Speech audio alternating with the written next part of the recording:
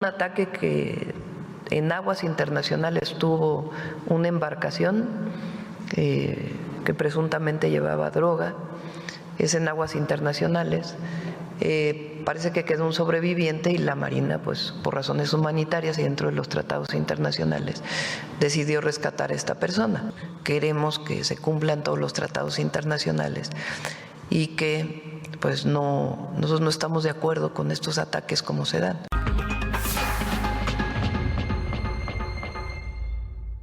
Sí, o sea, tenía lógica la acción del gobierno, ¿no? La clave es cómo se entró el gobierno y cómo fueron dándose las cosas, pues porque fueron ataques muy brutales, ¿no? Pues 14 personas muertas.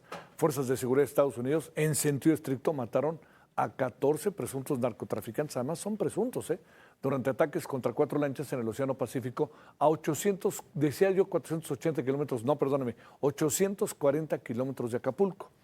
De acuerdo con el jefe del Pentágono, Pete Hegseth, autoridades mexicanas asumieron la responsabilidad de coordinar el rescate del único sobreviviente. ¿Qué dirá esta persona? ¿Qué información podrá tener? ¿Qué nos va a contar? Esa es la verdad, ¿no? Ante esta situación, el canciller mexicano Juan Ramón de la Fuente y el secretario de Marina, el almirante Raimundo Pedro Morales, se reunieron con el embajador de Estados Unidos en México, el señor Ronald Johnson. El motivo es revisar esta situación, determinar acciones bilaterales, sobre todo en el tema marítimo. De acuerdo con autoridades mexicanas, se comprometieron a actuar con profesionalismo, diálogo y cooperación internacional. Desde temprano, la presidenta Sheinbaum se mostró en desacuerdo con el ataque de Estados Unidos y pidió que siempre haya respeto a la soberanía. Que quede claro que no fue en mar patrimonial, fue fuera del mar patrimonial mexicano. A partir de septiembre, el gobierno de Trump comenzó este tipo de operaciones. Primero en el Caribe, frente a Venezuela, y ahora ya en el Pacífico. Recuerdo que en el Caribe mandó el portaaviones USS el Gerald Ford, considerado el más grande y moderno de la flota estadounidense. De ahí amplió la operación al Pacífico, frente a Colombia. El presidente Gustavo Petro denunció esto como una amenaza e invasión.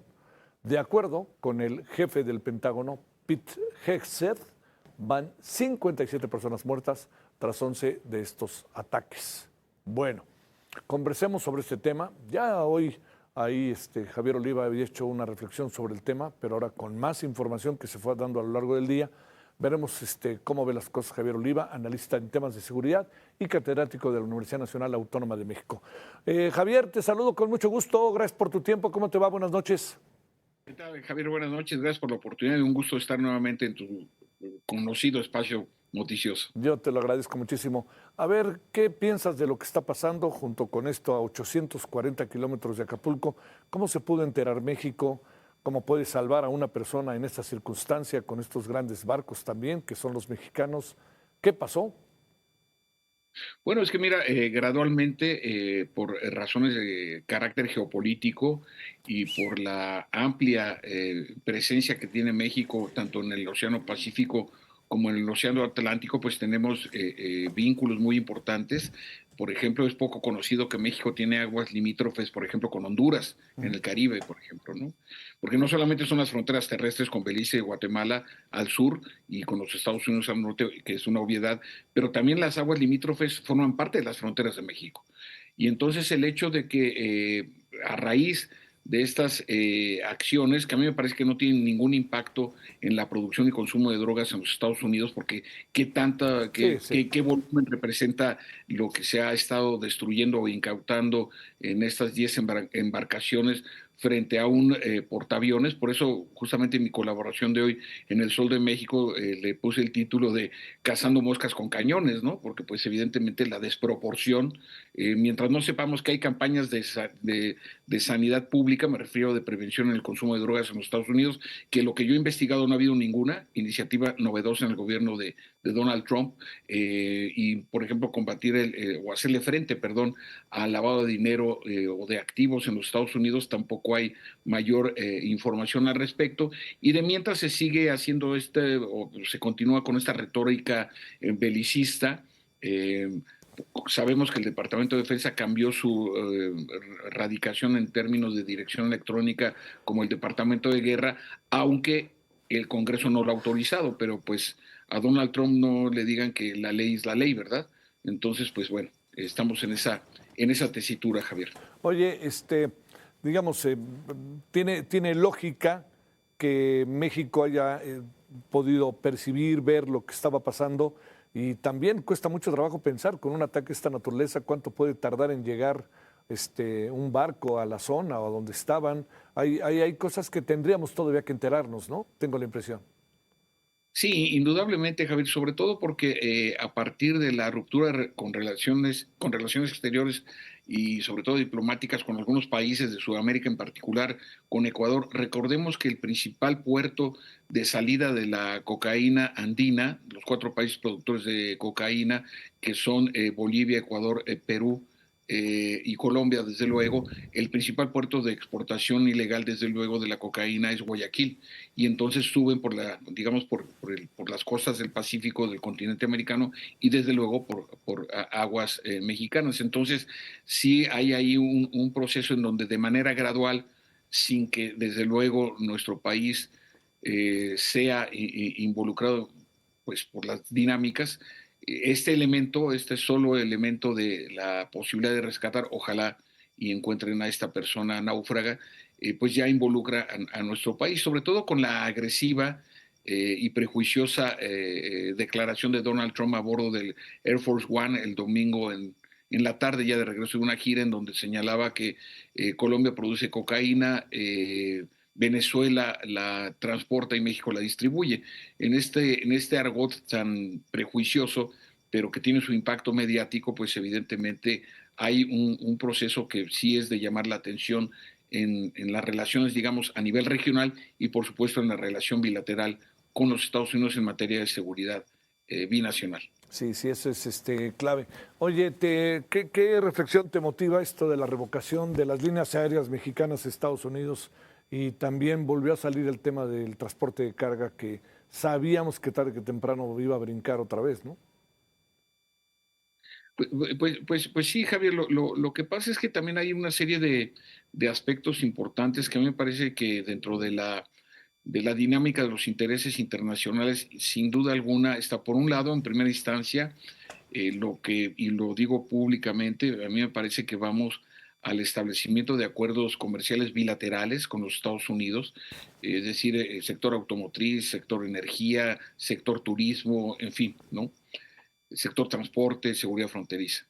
Es decir, modificar de fondo el acuerdo de comercio, sobre todo después de que Trump, molesto por digamos, una publicidad gubernamental en Estados Unidos, en Canadá, perdón, donde Ronald Reagan, un verdadero promotor del neoliberalismo, justo en el mismo momento que Margaret Thatcher, pues habla de no estar de acuerdo con los aranceles, que es la base, ¿no?, del neoliberalismo y la venta de empresas paraestatales a empresas privadas, y por el otro lado la flexibilidad para la migración. Entonces se molesta a Donald Trump y le aplica de manera unilateral el 10% en pleno proceso de preparación de los acuerdos para el Tratado de Libre Comercio.